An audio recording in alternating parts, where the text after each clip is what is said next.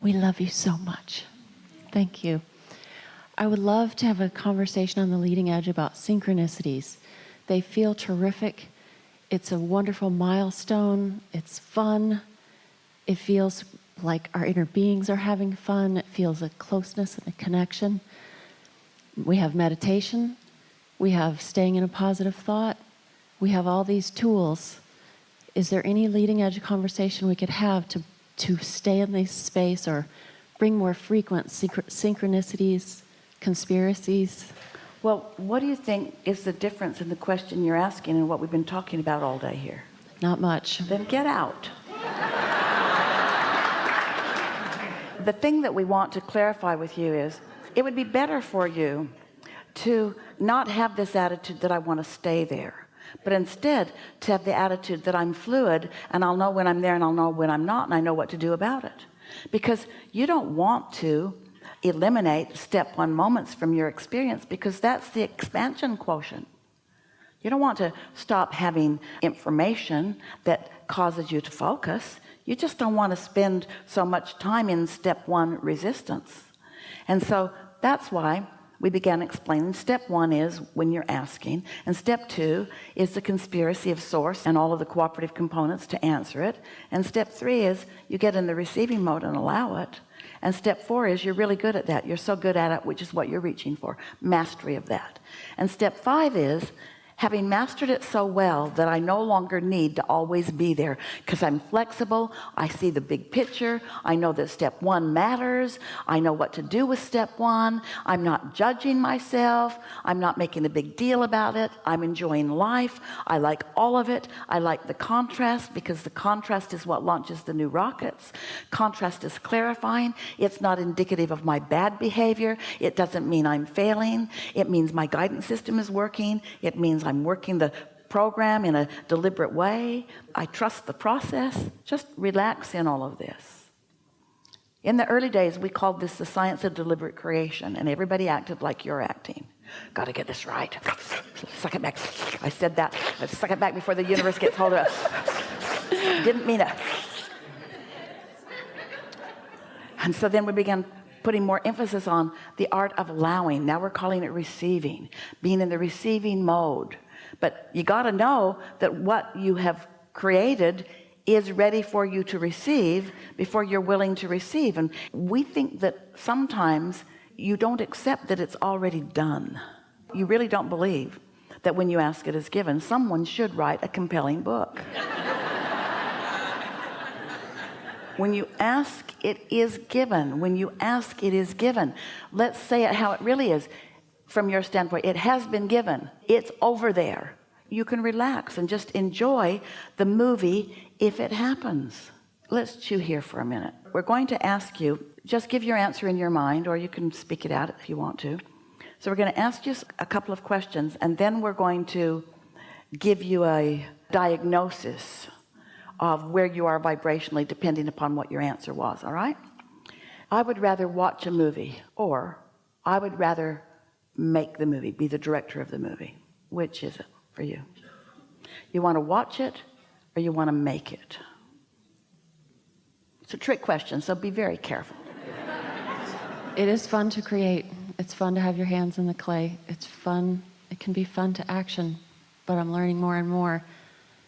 What's done is done, and to watch the movie. So now you kind of know what we want you to know. You want to watch the movie. But so here's the next question. Has your movie already been created by you?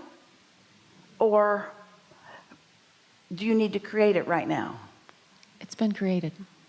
So if you've already created the movie, don't you want to watch the movie? Enjoy the watching. Mm-hmm. So if your answer was, I want to create the movie, then you don't believe in the vortex. You don't believe it's done. You're still trying to earn something.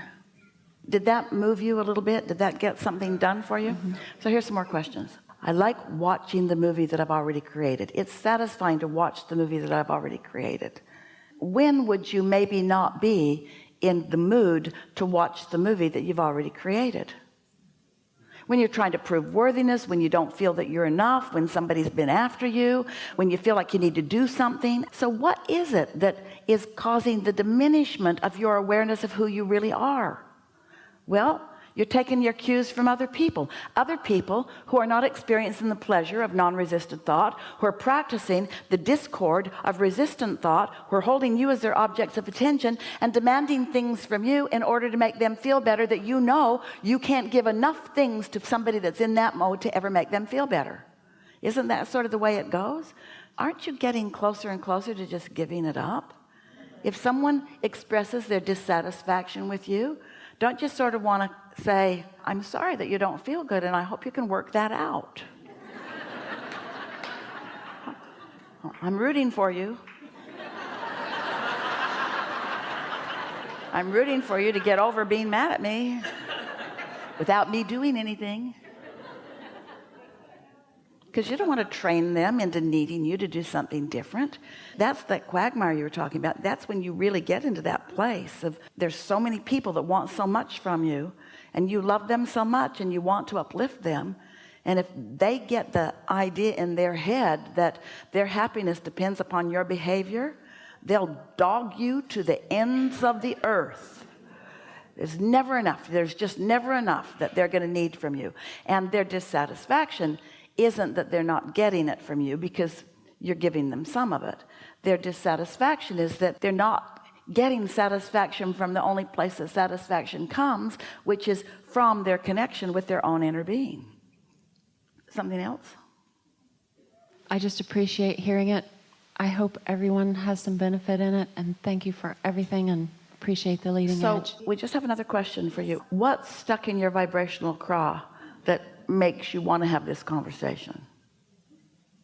I want to show appreciation. I want to increase the frequency of the good. Why do you want to show appreciation? And who are you showing it to?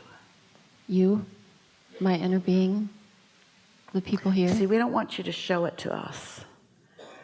We want you to want the pleasure of it, because we've already got the pleasure of it. We already appreciate you. So we don't need you to show appreciation for us to feel it. You've got to selfishly want it. There's something sort of amiss in that vibration, because what's happening here is you're transferring your desire to please others to your desire to please us.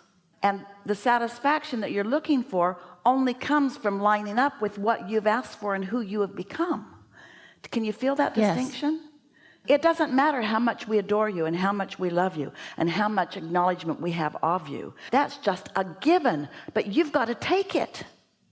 You have to take what's given, you see. And Source can't give it to you enough to make you take it.